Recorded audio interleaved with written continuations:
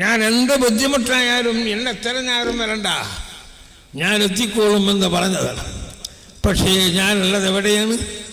കരുവഞ്ചേരി, കോഴിക്കോടിൻ്റെയും അപ്പുറമുള്ള ഫറോക്ക് സംസം കരുവഞ്ചേരിയാണ്.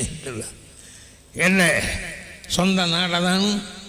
അവിടെ നാളെയാണെങ്കിൽ ഒരു സ്ഥലത്തുണ്ട്.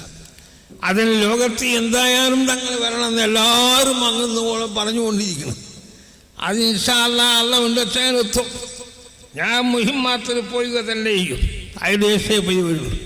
ഈ നിക്കാഹ് എന്ന് പറഞ്ഞ് പോയിക്കോ, നിക്കാഹ് ലോകം പലതും ഉണ്ടാകും, അതെല്ലാം നിക്കാഹ് നടന്നോളൂ. അതൊന്നും എനിക്ക് പ്രശ്നമല്ല. ഞാൻ ഏറ്റവും പ്രധാനമായി കാണുന്നത് ഈ സ്ഥാനപ്പദത്തിൽ യോഗം കടത്താൻ തന്നെ ബഹുമാനപ്പെട്ട താഹുള്ളതിന് മടിയായിരുന്നു. എന്തിനാ പൈസ വെറുതെ കളയുന്നു? ഞാൻ പറഞ്ഞത് പോരാ, നടത്തുമെന്ന് പറഞ്ഞിട്ട് നടത്തിച്ചതാണ് ഇവിടെ യോഗം. ആദ്യം നടത്തിക്കോളി, അത് വേണമല്ലോ, ആളുകൾ അറിയണ്ടേ. അതുകൊണ്ട് അവരെ അവരെ ഉദ്ദേശം നമ്മൾ പൂർത്തിയാക്കലാണ് ആവശ്യം.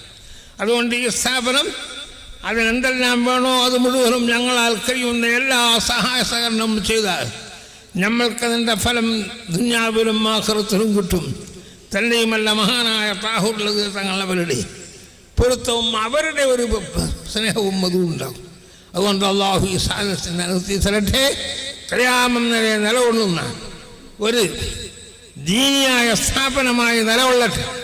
ദുനിയവിയും ദീനിയും രണ്ടും ഒരുമിച്ച് കൂട്ടിക്കൊണ്ട് നടത്താനാണ് നമ്മൾ ഉദ്ദേശിച്ചത്. അത് സാധിക്കും ചെയ്യും.